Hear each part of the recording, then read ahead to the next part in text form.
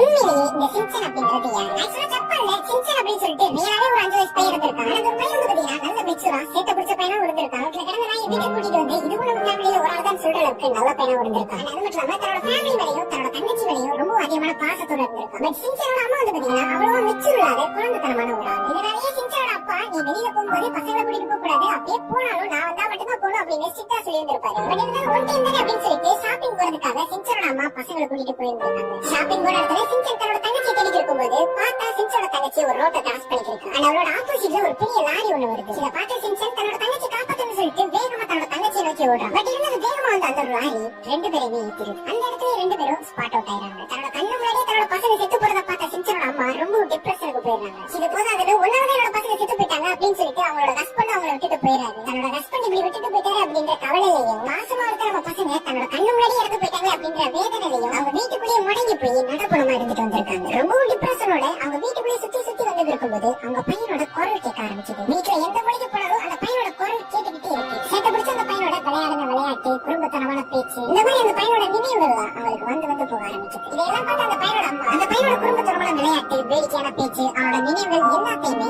எழுத்து வடிவமா கொடுக்க ஆரம்பிக்கிறாங்க. இந்த ஸ்கிரிப்ட் எல்லாத்தையும் பார்த்த ஒரு